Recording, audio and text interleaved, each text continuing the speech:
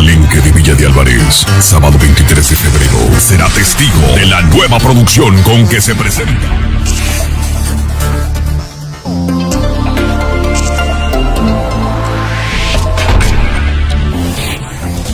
Es que no conoces el asunto de franquicia. No tienen igualdad de ideales, o sea, la esencia del PRD era muy parecida tal vez a la de Morena, pero el PRD cada vez se fue desviando de su esencia y ahora hace alianzas con el PAN, que son ideales completamente distintos. Ahí es donde uno no entiende las alianzas, ¿verdad? No sé, alguien que prepara las alianzas. Sí, que solo me recogieron una unidad y yo también recogí una patrulla. Y pagaron una multa de 2,300 pesos y nos liberaron la multa. ¿Y ellos cuánto pagaron del carro? No, fíjate que no les cobraron. ¡Ah, qué barbaridad! Lo que llega se entrega y lo que nosotros hemos hecho es notificárselo y ser muy transparente para que también planeen. Ellos traen un programa. Pero lo que tiene que hacer cualquier gobernante es que su equipo no sea el equipo de cuates, que llegues al gobierno, como llegan muchos, a darle chamba a sus amigos. Lo mismo que el ciudadano siente cuando vamos al Congreso, que a mí me ha tocado saludar a mi hijo Juan Ramón, y que vas, no hayas al diputado, a veces no hayas ni a la secretaria.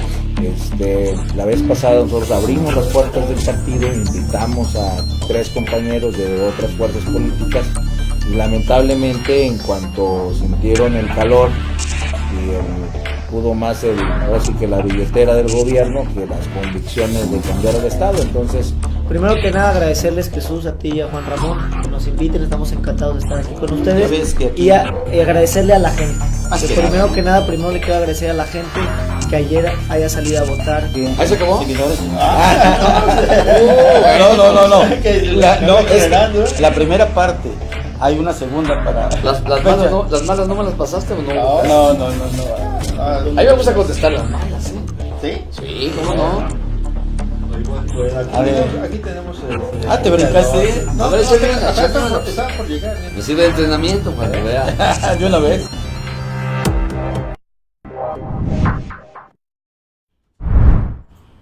Amigos de Archivo Digital, muy buenas tardes. Es lunes, estamos a 11 de febrero del año 2019 y bueno, pues ya empezamos en este que es un programa que le denominamos perchero, porque aquí usted le cuelga lo que quiera. Y pues verá usted en este caluroso, porque ya se siente mucho calor aquí en el mes de febrero, pues hoy tenemos invitado, ya está a unos segundos de venirse a ubicar aquí a su espacio. Y pues ojalá que quisiera participar porque los temas que él trae, Juan Ramón, buenas tardes. Buenas tardes, Jesús. Y son interesantes. Así es, vamos a adelantarle, si otra cosa no sucede, va a estar con nosotros el presidente del Supremo Tribunal de Justicia, el magistrado Bernardo Alfredo Salazar Santana, que como se sabe, bueno, pues es el responsable de impartir la justicia en el Estado.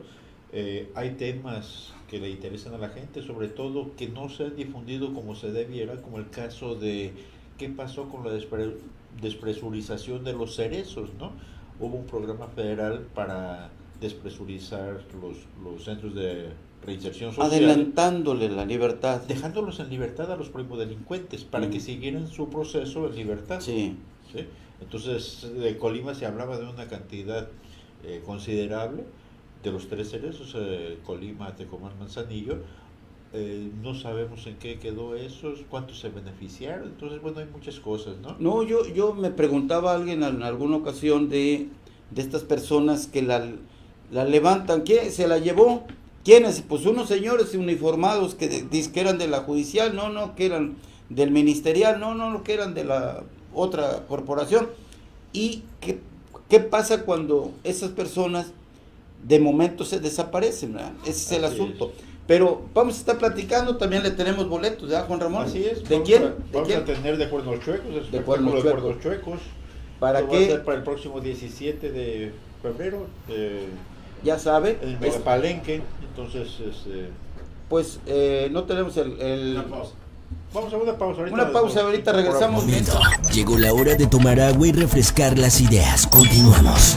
Cuernos Chuecos regresa a Villa de Álvarez. Tour Nacidos Ford, Nacidos Fuertes, presentado por Wrangler. Mega Palenque de Villa de Álvarez, domingo 17 de febrero, 6 de la tarde. Los mejores toros y los mejores jinetes. Venta de boletos en Jenny Boutique, Benedettis, Sevilla del Río, Plaza San Fernando. La mejor, 92.5, Rocha Hats, Bestia Grupera y en ticketshop.com.mx. Esto no es un rodeo más. Esto es Cuernos Chuecos. Mega Palenque de Villa de Álvarez, sábado 23 de febrero, será testigo de la nueva producción con que se presentan los plebes del rancho de Ariel Camacho. Estoy engreído y arrogante, Plebes del rancho. si caro estoy pagando, haberme enamorado tan perdidamente.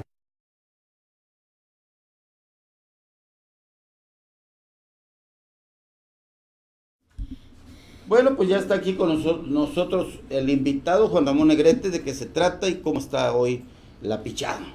Bien, Jesús, buenas tardes a nuestros seguidores de Archivo Digital. Estamos en su programa Perchero, como le habíamos anticipado. Ya está con nosotros el magistrado licenciado Bernardo Alfredo Salazar Santana.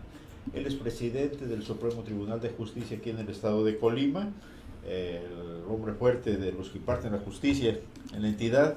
Y bueno, hay muchos temas que serán de su interés. Entre ellos, bueno, pues nosotros habíamos comentado aquí que algo que nos gustaría preguntarle, entre las muchas cosas que hay pendientes, pues está el presupuesto, que se van a estrenar edificio, en fin, todo lo que ustedes pretendían, ¿no?, que le habían pedido al Congreso. Pero también tenemos un programa que se había anunciado desde el año anterior, que era la despresurización de los centros de reinserción social. ¿Cómo funcionó en Colima? ¿Sí se logró esa despresurización de los cerezos aquí en Colima? ¿Sí? Son 3 cerezos. Son 3, Colima, sí, bueno, vamos por partes. Buenas tardes. Buenas tardes. Claro que sí, buenas tardes, un gusto saludarlos. Gracias. A ustedes y a todos sus cibernautas, sus seguidores. Ahí están enfrente. ¿Qué decirles de cerezos? A ver, ¿salieron o no salieron? Tendríamos que, de hecho sí, quizá no como con la cantidad o con la expectativa que se quería. Comento lo siguiente. A partir del 2016, a mediados del 2016, con la implementación total del nuevo sistema de justicia penal, se empezaron a aplicar los principios del sistema en cuanto a la prisión preventiva oficiosa en los delitos que señala la Constitución y que son única y exclusivamente en ese rubro. Entonces estos principios se empezaron a aplicar ya al sistema en extinción, que es el sistema tradicional, por una disposición que estableció primero mediante jurisprudencia la Corte y después mediante una reforma al artículo 5º transitorio del Código Nacional de Procedimientos Penales, en donde se estableció que las personas que se les hubiera impuesto una medida cautelar, específicamente la prisión preventiva, porque conforme al anterior sistema no tenían derecho al beneficio de la libertad provisional bajo caución, porque el delito con el anterior sistema no ameritaba tener ese beneficio, se decía que se les podían aplicar estos beneficios, o sea, de acuerdo con el nuevo sistema, ese delito, un ejemplo, robo en casa habitación, no tenía en el anterior sistema derecho al beneficio de la libertad provisional bajo caución. Ahora, de acuerdo con el nuevo sistema, no está considerado como delito de prisión preventiva oficiosa. Es grave. Podríamos llamarlo así. Para entenderlo más rápido. Sí, aunque, bueno, la reforma que promovió, que está todavía a discusión de la reforma, tiene la intención de volverlo a considerar. Pero por decir, un ejemplo de esa naturaleza. Entonces, de acuerdo con el anterior sistema, había muchas personas detenidas por delitos que eran considerados graves y que ameritaban, y que no daban la oportunidad de tener el beneficio de la libertad provisional bajo caución. Luego entonces tenían que enfrentar el proceso estando recluidos. Cuando se reforma el artículo 5 transitorio del Código Nacional de Procedimientos Penales y ya no está operando el sistema tradicional en cuanto a la recepción de quienes cometen delitos, sino que nada más va a continuar con los procesos de aquellos que fueron iniciados con anterioridad al inicio de vigencia del nuevo sistema, se les da la oportunidad de que puedan acogerse a ese beneficio. ¿Sí? Y se establece ahí una serie de lineamientos en cuanto a que quien tenga en el anterior sistema se le haya impuesto una medida cautelar que implique privación de la libertad y que de acuerdo con el nuevo sistema ya no sea necesaria su privación, el seguir enfrentando el proceso en libertad, que tienen que hacer una solicitud al juez del proceso, para que el juez del proceso siga el trámite que, de acuerdo con el Código Nacional, se debe de seguir cuando uno pide el cambio de la medida cautelar. Esto es cuando uno dice, oigan, me impusieron la prisión preventiva justificada u oficiosa y estoy pidiendo que me la revisen y me la cambien. O sea, el procedimiento de revisión de la medida cautelar. De modo que se le daba intervención a la unidad de medidas cautelares, se hacía una evaluación de riesgo y se podía concluir en el hecho de que esa persona ya podía seguir, aunque fuera en el sistema tradicional, podía seguir enfrentando el proceso en libertad. Es lo que actualmente está. Eso es lo que, como está diseñado ahora. ¿Cuál era la expectativa? Que se tenía considerado que al raíz de entrar en vigor esta disposición iba a haber muchas solicitudes de todos los que estaban en prisión, y que iban a decir, solicito que me revisen la prisión preventiva y me la cambien por otro tipo de medida cautelar para yo continuar en libertad. Bueno, sí hubo solicitudes, o sea, sí las hubo, no en la cantidad que se esperaba. Por desconocimiento, porque no les interesaba, o más bien yo siento que era porque no sabían o no conocieron que existía esa posibilidad. Y aquellos que sí tuvieron la oportunidad de conocerla y tener un defensor, bueno, pues la solicitaron y se procedió. Funcionó en la mayoría de los casos. Hubo otros casos en los de, como era un procedimiento de cambio de medida cautelar, implicaba que entrara a hacerse un análisis de riesgo, y muchas veces el análisis de riesgo consideraba que no era prudente ni conveniente darles el derecho de disfrutar de ese beneficio, de enfrentar el proceso estando en libertad, en razón de que corría el riesgo de que se evadieran de la justicia, o que realmente eran sujetos que no tenían un proceso, tenían 1, 2, 3 procesos. Era complicado ya. Sí, ya podía considerar que no la merecía. ¿Qué hacer para que entendamos todos, quienes nos ven incluso, se estén preguntando, bueno, ¿y hay suficientes jueces en el estado de Colima? ¿Hay suficiente infraestructura e instrumento para tener una procuración de justicia y una aplicación de la justicia pues puntual, expedita? ¿O seguimos teniendo las viejas prácticas de kilos de expedientes ahí acumulados porque no hemos logrado ventilarlos, ni tampoco hay un expediente electrónico? ¿Qué hacer ahí? ¿Cómo empujar para quitarle la desesperación a muchos? Decir, pues yo tengo ahí un juicio, pero etcétera, dura años. No, hay que ver. Depende de cuáles, ¿no? Porque tenemos desde los económicos o las quejas de demandas de comerciales, el divorcio, los robos, en fin. Sí, en el caso de la justicia penal, voy a ser muy claro en esto. Si nosotros nos atendemos a un estándar internacional de cuántos jueces debe haber por cada 100,000 habitantes, estamos muy por debajo de la media. ¿Ah, sí? ¿Nosotros no ajustamos? No. El estándar internacional implica, el estándar internacional marca alrededor de 24 jueces por cada 100,000 habitantes. Bueno, en la media nacional en toda la República Mexicana es de 17 jueces por cada 100,000 habitantes. O sea, ni siquiera ni siquiera el país cumple con el estándar internacional. ¿Y en Colima? En Colima estamos todavía muy por debajo de la media nacional. ¿Cómo? Sí, estamos hablando que tenemos alrededor de 32, 33 jueces. Entre 700,000 habitantes estamos como de 4 o 5 jueces por cada 100,000 habitantes. No, pues estamos lejos, definitivo. Sí. Entonces, eso es en términos generales. Ajá. Ahora, ya puntualizándolos, bueno, tendríamos que hacer la división de cuántos son materia penal, cuántos son materia civil, mercantil, familiar. Algunos son mixtos, unos tienen la... pues casi dualidad. Todos, ¿no? Para poder meterse donde... Pues sí. Si no, pues está en chino.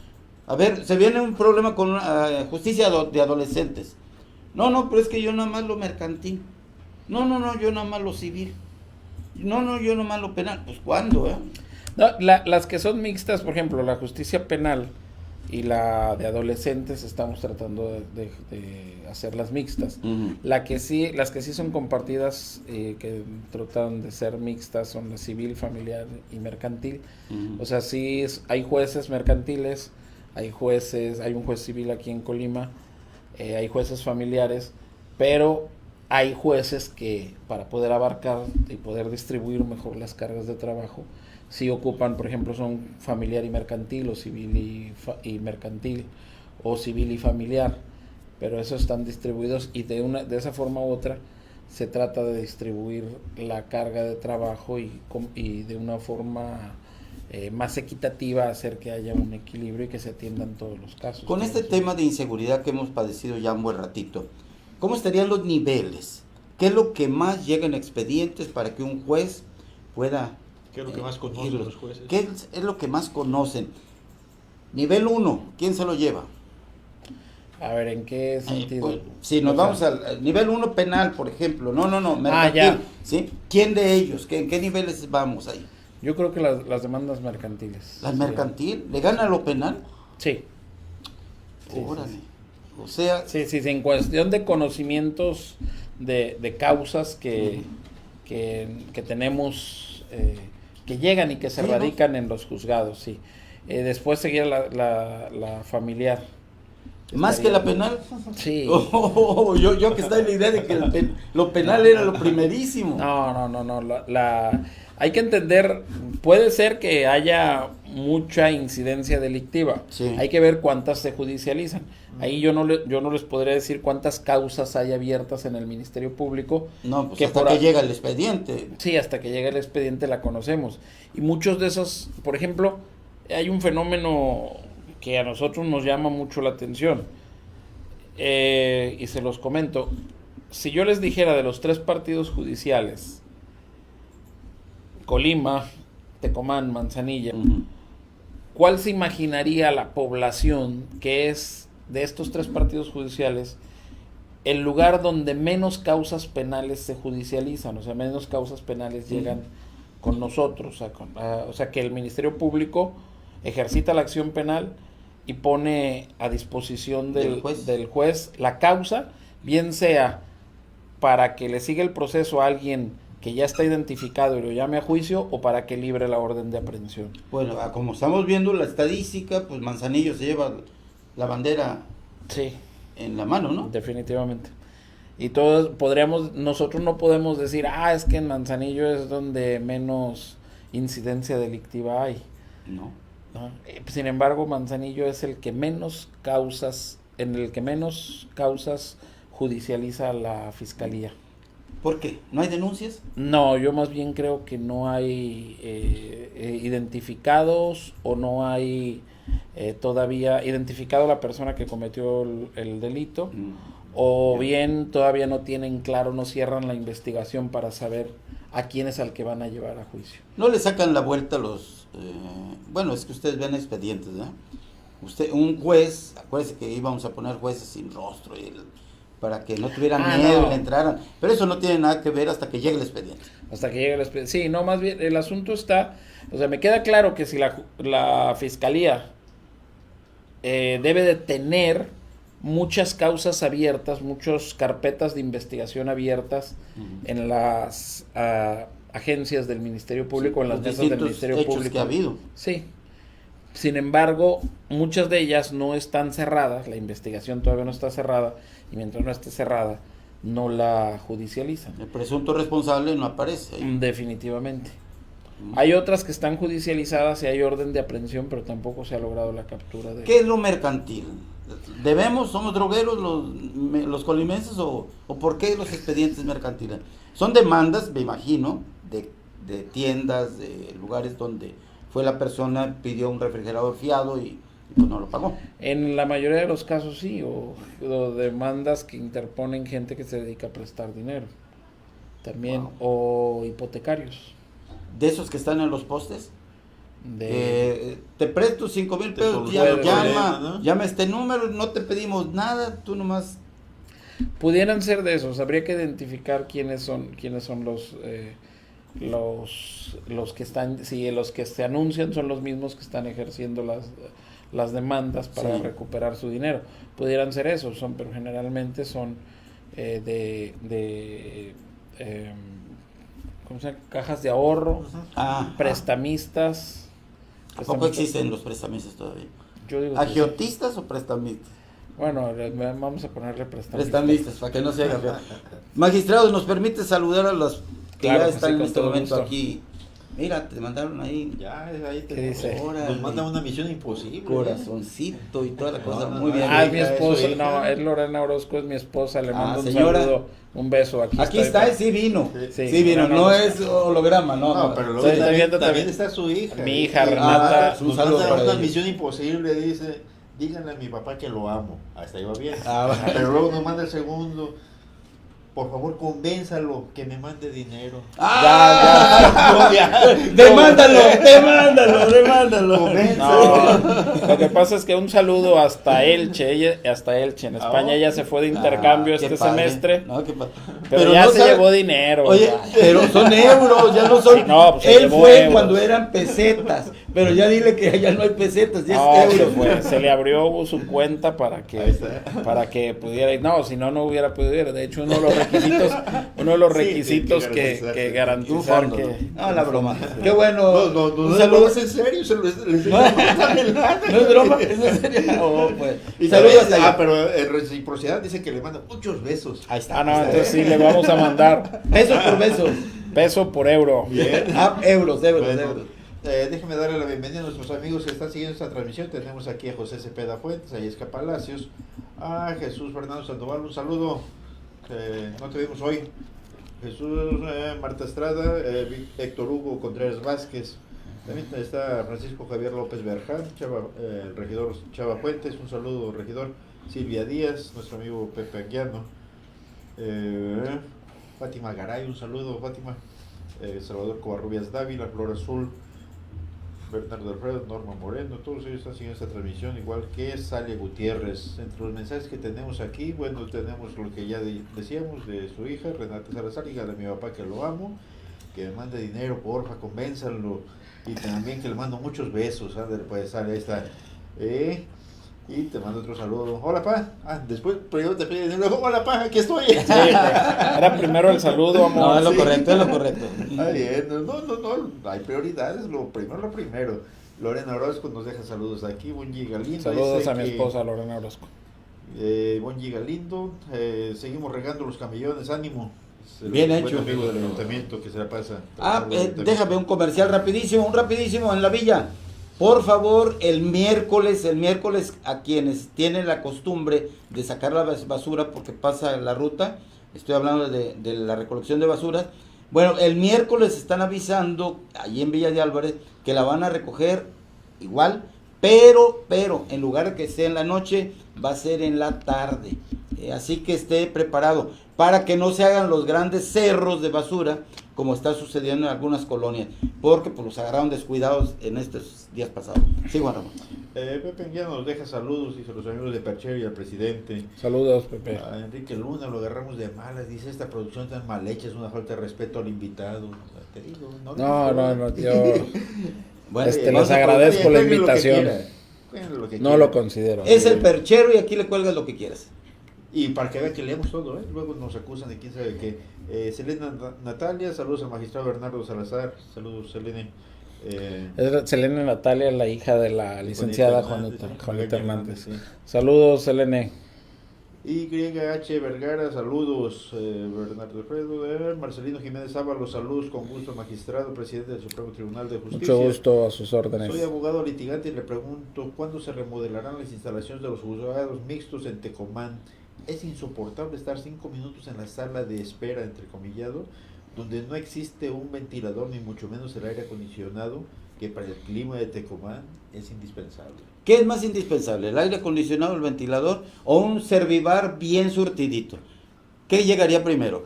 Híjole. A ver, Bernardo. El clima, yo creo. El clima. Bueno, acuérdense que no les fue tan bien en el presupuesto, ¿eh? No, definitivamente. Mira, si me permiten, hay una situación, y para contestarle al licenciado Marcelino Jiménez, hay una situación que estamos queriendo resolver precisamente en Tecomán. En Tecomán es en el único lugar donde no tenemos edificios propios, una sede de lo que es el Poder Judicial en este partido. Los edificios son rentados. Son lugares, y generalmente eran de esas casas habitación viejas, grandes, que ya no se usan para ser habitadas, sino las rentan para oficinas. Entonces, ahí es donde está operando principalmente los juzgados familiares, civiles y el mercantil, y los penal, el juzgado penal que queda del sistema tradicional también es en un inmueble rentado. Entonces aquí lo que nosotros queremos es recuperar el terreno que teníamos originalmente. En la época del presidente Rafael García Rincón se adquirió un terreno en donde íbamos a edificar la sede del Poder Judicial, donde se iban a concentrar principalmente los juzgados mixtos, civiles, familiares, mercantiles, y el área de servicios comunes, que es donde está la central de actuarios, la oficialía de partes, etcétera, ¿no? Todo el archivo, etcétera. Bueno, ese terreno era un terreno aledaño a donde está funcionando el Centro de Justicia Penal del nuevo sistema, o del sistema adversarial. Cuando se iniciaron la edificación del inmueble que abarca, que donde se ubica el Centro de Justicia Penal, ese terreno dentro de la Secretaría Técnica para la implementación del sistema, en una de las reuniones se acordó que ese terreno el Poder Judicial lo cediera para que ahí se pusieran las oficinas de Defensoría Pública y del Ministerio Público y estuvieran en un mismo complejo. A cambio nos iban a dar otro terreno. Lo cual no sucedió. Lo cual no ha sucedido hasta la fecha. Me imaginé. Y hemos tratado de hacer gestiones incluso con la Secretaría con la Secretaría General de Gobierno y con la Secretaría de Desarrollo Urbano. Y bueno, yo les digo que estoy buscando y que por favor busquen bien, porque sí, eso en una de las reuniones quedó en una minuta. Y es lo que ellos me dicen, es que no tenemos ningún registro de que se haya sucedido o de que no haya sucedido. Yo, como les he dicho, pues el registro es muy sencillo. Vayan precisamente al Instituto del Territorio, al Registro Público de la Propiedad, y ahí se van a dar cuenta que el área donde están edificados la Defensoría Pública y el Ministerio Público está a nombre del Poder Judicial del Estado. O sea, es un terreno del cual incluso no hemos hecho el traslado de dominio. O sea, se lo cedimos, se edificó, y no se ha hecho la escrituración y el traslado de dominio, y sigue apareciendo a nombre del Poder Judicial. Para que se les quite. Algo así vamos a hacer, vamos a promover una reivindicatoria para recuperarlo. Entonces, ¿qué va a pasar al final? Estamos haciendo la gestión, seguimos en pláticas, pues lo que yo quiero es que me garanticen otro lugar, otro terreno, donde nosotros podamos, ya de una forma u otra teniéndolo, buscar la manera de obtener recursos para edificar ahí los juzgados. Ahora, vuelvo a los recursos. El presupuesto estuvo muy menguado. Luego, entonces, ¿de dónde va a salir? Bueno, se pueden buscar a través de proyectos que existan o recursos que se logren bajar de algunas que destinados para inversión. Ya no. Sería cuestión de buscarle. Sí es cierto que sí ya se puede hacer algo. Sí. Nosotros no hacemos obra pública como Poder Judicial. Entonces, muchos de las edificaciones o de los inmuebles o de las mejoras que hacemos, sobre todo en este tipo de obras, las hacemos con apoyo del Ejecutivo del Estado, que sí lleva a cabo obra pública y que puede tener algún recurso destinado para ello y de nosotros entrar en ese programa o a través de programas en donde podamos inscribir. No es tema perdido, que quede claro. No. Está pendiente. No, claro que sí. Bueno. Sí. Con ese inconveniente, pues en Tecomán no tenemos un espacio donde podemos edificar un edificio con la funcionabilidad que se requiere para poder prestar el servicio como se lo merece la ciudadanía. Ahora, por ahí un donante, pues, no está de más. Se aceptan, sí. Se aceptan donantes de terrenos. Sí, Juan Ramón. Bien, antes de continuar con los mensajes, que son varios los que tenemos aquí, déjenme anunciarles de que en unos momentos más nuestro invitado les va a hacer una pregunta para que se lleven ustedes un pase doble para el espectáculo de Cornos Chuecos. Esto va a ser el próximo domingo 17 de febrero a las 6 de la tarde en el Megapalenque de Villa de Álvarez. Entonces no se separe mucho, ahorita ya el magistrado ya está pensando qué le va a preguntar, facilísimo, como cuántos internos hay en el cine. Le va a preguntar mujeres por el hombres. estilo, ¿no? ¿verdad? Esa ya es la pregunta que va a soltar. No se crea, va a ser facilísimo para que usted se lo lleve. Ahora sí, déjeme darle lectura. Tenemos aquí a María Arceo, dice: saludos, licenciado Bernardo, para usted y su apreciable familia. Gracias, Alfredo, un saludo. Bernardo Alfredo dice: dígale que no voy a llegar a casa. Ande, qué raro. Oye, recaditos por aquí. Tú cuelga de lo que quieras. Aprovechate.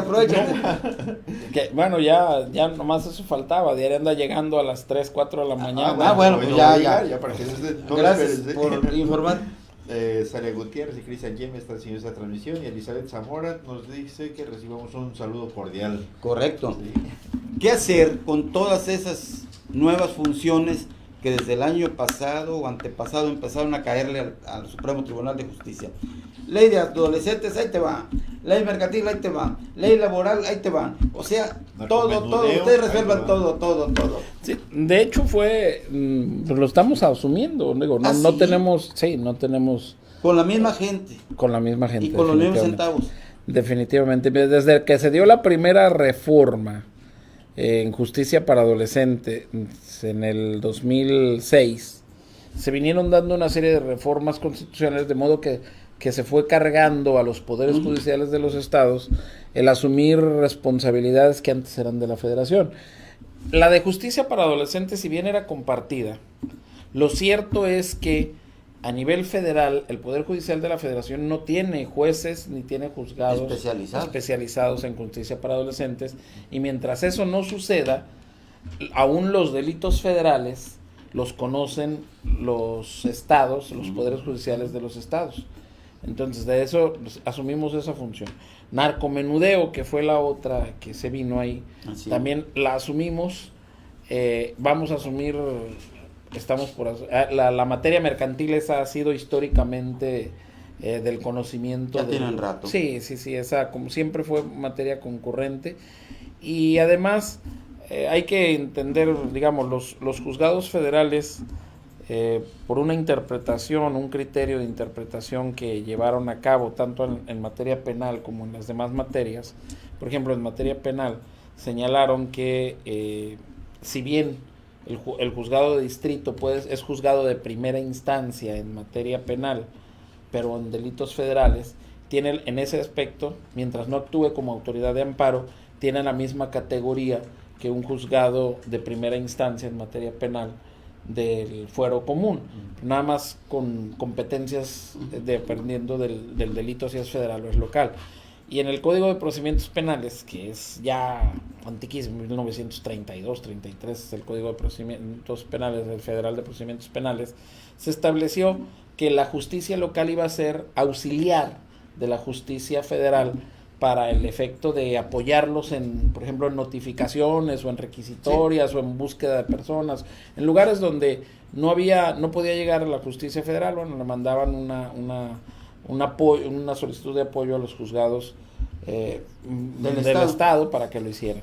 Sin embargo, o sea, digo, ellos, la justicia federal tiene un grupo de actuarios que pueden tiene llevar a cabo. capacidad financiera diferente. Aún así, ellos interpretaron que la justicia local está para auxiliarlos y que está prácticamente como subordinada, aun cuando sea una materia penal donde los dos son juzgados de primera instancia, que los tenemos que auxiliar. Entonces nos mandan requisitorias, nos mandan solicitudes de búsqueda para notificar a personas, y no utilizan a sus recursos, o sea, sus actuarios, para que vayan, por ejemplo, a Cerro de Ortega, para que vayan a comunidades de Tecomán, de Armería, así alejadas, a ir a hacer una notificación. Entonces nos las mandan a nosotros, nos dicen, ve y notifícalo, ve y cítalo para una audiencia que se va a celebrar acá en lo federal. Ah, qué padre.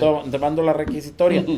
Y lo que decimos, o sea, esos trabajos, o sea, nos mandan la requisitoria, pero no nos dicen, te voy a descárgalo, no te voy a dar aunque sea para la gasolina del carro, no. O sea, lo hacemos con nuestros recursos. Y con mucho gusto. Sí. Entonces, y aun cuando les hemos dicho, oye, debería ser a través de un exhorto, debería ser de un mecanismo de colaboración, no, es una orden. Entonces, y si no lo haces, va aparejado de una multa. O va aparejado a la imposición de una medida de premio. Entonces son situaciones que tenemos todos los juzgados y todos los poderes judiciales de los estados. Todos cuando nos reunimos nos quejamos de lo mismo. Es que, y aparte ni siquiera te lo piden decentemente, ¿no? Te lo dan la Toma, instrucción. hazlo. Sí. Entonces ese es el detalle.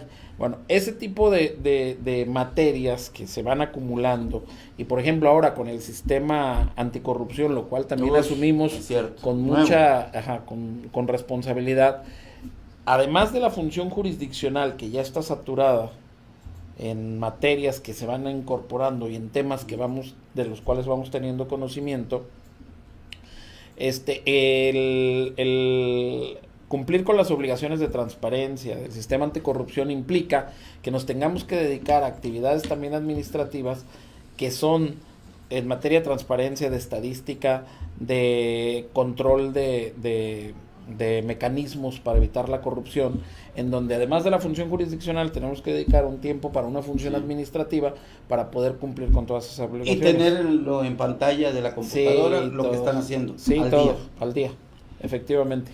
Algo curioso, ¿y qué pasa en ese tema tan particular? Con todos estos casos que estamos viendo de niños violentados, niños metidos en la distribución de drogas, lo que nos decían hoy de un niño o niña en una de las escuelas que pues fue agredido horriblemente. Y el padre fue y se queja, pero ya después en la tarde, ya cuando el niño tuvo que ir a ser hospitalizado. Pero la pregunta es, ¿va a llegar el expediente con ustedes? Ok, de acuerdo, aquí está el expediente. ¿Cómo le hacen para juzgar ese tipo de cosas? Los feminicidios, bueno, en el caso el abuso sexual. Los tenemos que asumir. En el caso de este menor, estamos hablando de 5 años, y fue agredido por compañeros más o menos de esta edad. Se supone que fue agredido por ellos. Se supone, bueno, si se llegara a determinar que fue agredido por menores de 12 años, esos no son asuntos que se judicializan, esos tienen un tratamiento diferente. O sea, un menor de 12 años no puede ser llevado ante una autoridad judicial para ser juzgado. ¿Y qué pasa con ellos? Tienen que llevar un tratamiento de atención a través de instancias administrativas, especialmente el DIF. O sea, le llamamos bullying, ¿no? Los que hacen bullying. Sí. Para poder procesar a un menor de edad, tendría que fallecer. No, ni aún así. ¿Ni aún así? No, los menores de 12 años no pueden ser juzgados judicialmente. No, tienen que tener una atención especializada en otro contexto, más de psicológico, terapéutico. No se les puede responsabilizar penalmente o socialmente por algo que llevaron a cabo, algo que hicieron. Para responsabilizar socialmente a un menor de edad tiene que ser en 2 niveles etarios, ¿no? De 12 a 14 años y de 14 a 18. De 12 a 14 años sí puede ser llevado ante la justicia y se le puede responsabilizar socialmente, pero no puede ser privado de su libertad. ¿No puede ser enviado al tutelar de menores? No puede ser enviado, no. O sea, ¿qué tenemos en el tutelar para menores? Los que cometieron delitos graves y que delitos que ameritan prisión preventiva oficiosa y que tienen una edad mayor a 14 años y menor a 18. Que asesinaron, que violaron, que robaron, que pero ellos el robo depende del tipo de robo, que robaron con violencia, que secuestraron, que dispararon, lesionaron gravemente a alguien con armas, que cometieron un delito de los que está considerados como de prisión preventiva oficiosa. Oiga, pero sí llama la atención entonces los menores de 12 años, incluso los que se usan para la distribución de drogas, los utilizan como halcones, ¿no? Pues no pasa nada. Penalmente contra ellos no. ¿Va? No. Pues No, ni socialmente, o sea, no pueden ser sujetos a un proceso judicial. Definitivo. Ni a los padres. A los padres sí. A los padres sí, pero ¿y a ellos qué les toca? Bueno, es que vamos ahí a determinar qué tipo de responsabilidad se les puede fincar. Definitivamente una responsabilidad civil, sí. Es así. De esa no se van a salvar. Pero son nalgadas, no pasa más. O indemnizaciones, o el pago de indemnizaciones. De esa no se van a salvar. O sea, ¿por qué? Porque un padre, como un patrón, como un tutor, se responsabilizan de los daños que ocasionan sus hijos, sus pupilos, sus trabajadores en el ejercicio de sus funciones. Sí. De eso sí, o sea, esa es la famosa responsabilidad civil objetiva, que esa se le puede exigir por daños, se le puede exigir a un tercero, por ejemplo, a mí en el caso de ser padre de familia, por los daños que ocasiona a mi hijo. Es una responsabilidad civil. De esa no se van a salvar. Hasta que cumplan más de 18 años el hijo. Sí, hasta que ya es más de 18 años ya es responsable el de sus actos. Correcto. Bueno, de esa no se van a salvar. De la responsabilidad penal habría que determinar si la conducta omisiva que llevaron a cabo implicó, que en este caso debería ser así, una conducta omisiva implicó que se diera la consecuencia en este caso que fue el delito. Pero eso se va a determinar de la investigación. O sea, a priori no se puede decir, claro, va a tener responsabilidad penal. Quizá si hay un papá que descuida al hijo, que lo tiene abandonado, que no lo provee de lo necesario, que no lo cuida como debe ser, ni está al pendiente de él, quizá esa actitud omisiva sí traiga aparejado el llamado delito de comisión por omisión. ¿Qué significa? Que a causa de que yo dejé de hacer algo, se dio el resultado. ¿Eso estará pasando con tanta Puede ser que sí, yo digo que sí, nada más es cuestión de analizarlo bien. ¿Sí? Es cuestión de analizarlo bien. O sea, cuando hay una comisión por omisión, o sea, un delito que se ocasiona por una omisión, el responsable de haber incurrido en esa omisión, entonces habría que determinar si esa actitud omisiva fue causa del resultado, en este caso de las lesiones. Pudiera ser verdaderamente grave. Bien, antes de pasar a los mensajes, ¿sí? yo creo que ya es a ver, una preguntita rápida, ¿sí? ¿Qué le preguntamos? Cuernos chuecos. Lo que les quieres preguntar, Sí. Es para que se vayan al espectáculo de Cuernos chuecos. El 17 de febrero. La primera ¿Es pase doble? Pase doble. El primero que nos ponga el mensajito, ya sabe, se lo lleva. A ver, algo rápido, sencillo. Sea del misma materia. Que me digan dos constituyentes de la Constitución de 1857. Ahí está. ¿Tú cubriste esa nota? Casi. Dos constituyentes. Los nombres de dos constituyentes de la Constitución de 1824. No, 57. 57. Si quieren del 24, del 24. Bueno, 1857, facilísima. Acaba de pasar el aniversario de la Constitución, ahí lo dijo el magistrado. Entonces, si estuvo al pendiente, ahí lo trae ahorita. Dije de los del 17, pero ahora de los que mencioné, sí, de los 57, digo, el 17. Son los estudiosos de la historia, sí. Bueno, a la primera persona que responda por escrito, ya sabe cuál es la mecánica. Nosotros se hará acreedor este pase doble. Mientras, déjeme darle aquí los mensajes que tenemos. Bernardo Alfredo, aquí está revirando, dice, es culpa de Ernest Irán Magaña Hernández. Sí, es que no llegue. Verónica Palomares Lázaro le deja saludos, magistrado, y Bella Ferrari le dice aquí a Bernardo que nos vamos a ir juntos, jaja. Bueno, están los festejos cerrotaurinos, yo quiero pensar que algo se está hablando respecto a ello. Bien. A ver, ¿de qué es? No entendí. ¿A quién le responde? Pues yo creo que a tu hijo. Ahí está. Ya, es que sí, Ferrari. Sí. No la conozco. No, pues es Ferrari, va muy rápido. Sí. Va muy rápido. Sí. ¿Qué más? Que se van de juntos, yo no sé. Carlos García Lemus, Beto Gudiño, Chuy Palacio está haciendo esta transmisión. Normita Sandoval nos dice que adelante. Ramón Pérez Díaz, un saludo. Señor licenciado, está haciendo Saludo, esta transmisión. licenciado, a sus órdenes, César. Guille Hernández Montaño también está viendo esta transmisión, igual que Marci Castellanos, un saludo, Marcia.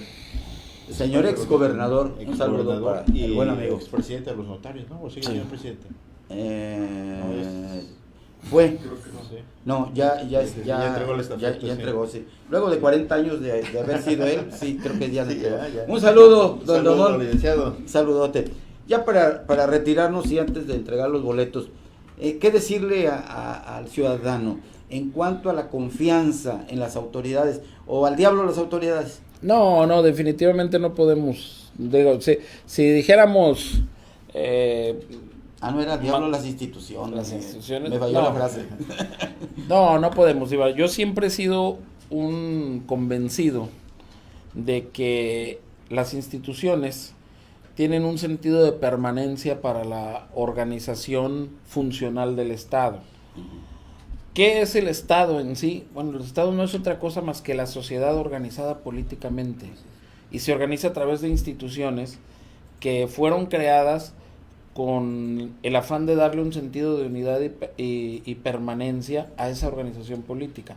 Se pueden modificar y se pueden ir ajustando, Así es. pero o sea, derrumbarlas, quitarlas y sustituirlas por otra forma de organización sería válido si encontráramos o si hubiéramos encontrado ya otra forma de organización diferente.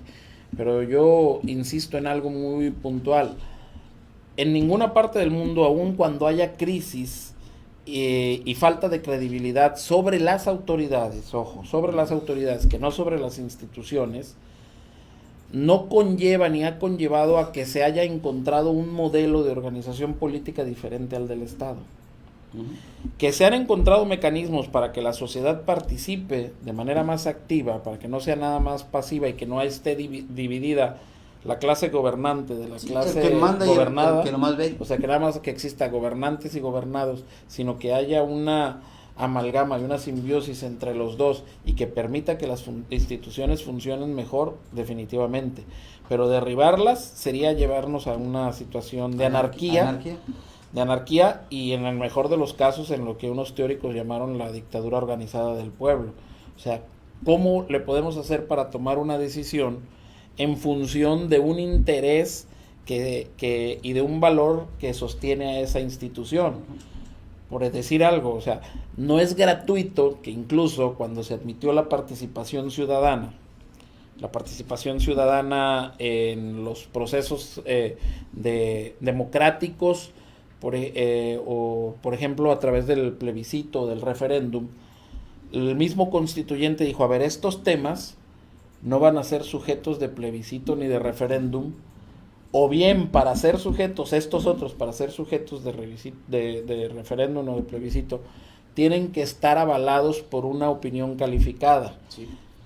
Porque ¿qué sucedería? O sea, ¿qué nos llevaría a considerar? Por decir algo, oigan, vamos a quitar a Juan Ramón. Algo así, eso ya sería un extremo, pero por ejemplo, a ver, voten quien quiere que haya impuestos, pues todos vamos a votar que no. Pero si hacemos eso, acabamos con la operatividad del Estado. Pues claro. ¿No? Por decir algo, es Sí, un tema. sí, un ejemplo ya no rápido. digamos que, a ver, vamos a, como sucedió en una ocasión, vamos a someter a discusión, que decían que se sometería a discusión la posibilidad de autorizar o no autorizar, ¿cuál era? Los matrimonios entre personas del mismo sexo. A mí cuando me preguntaron, le digo, a ver, permítanme, un derecho humano no se somete a votación. Así. Un derecho humano no se somete a consulta a ver si lo queremos o no, simple y sencillamente se respeta, se garantiza y se respeta. Entonces, llegaríamos al absurdo de eso, de claro, querer que ciertos temas que nos son incómodos los sometamos a plebiscitos, a referéndum. No me equivoco. ¿Ah? Que se equivoquen ellos. Exacto. Qué bárbaro. ¿Ya tenemos respuesta? Ya. A ver, empieza a leerlas, Juan Ramón. A ver, Tenemos a José Cascas, dice Miguel Cástulo, Ramón Isaac Alcaraz y Pedro Pudia. Órale. ¿De dónde? Dice, esos son 3 constituyentes de la Constitución. Sí, ya mencionaron. Y dice, y ya les di la respuesta, o sea, ya. Sí la dio. Salvador Covarrubias Dávila dice Juan Álvarez. Sí, también fue constituyente. También nos Ignacio. manda a decir Salvador Covarrubias Dávila, Juan Álvarez e Ignacio Comonfort. A ver, Ignacio Comonfort no fue constituyente. Ignacio Comonfort era el presidente de la República. Así es, sí. Cuando se convocó al Congreso Constituyente del 57. José Cascas, sí, los tres, sí. Está correcto. Sí. Y además fue el primero que contestó. Fue el primero, sí. Pues amigo, ya, no, pero lee las demás, no van a decir que no los quisiste leer. Sí, son los Tienes pase doble para que te vayas a ver a Cuernos Chuecos o invites a alguien o en fin, tú sabrás, nada más ya sabes la mecánica, ¿cuál es? Mándanos un inbox, por favor, para que se pongan de acuerdo a que horas pasan a recoger su boleto y bueno, el espectáculo va a ser para el próximo domingo 17 de febrero, pónganse de acuerdo nada más aquí en el horario de oficina para que pasen a recogerlo, nada más necesito una identificación.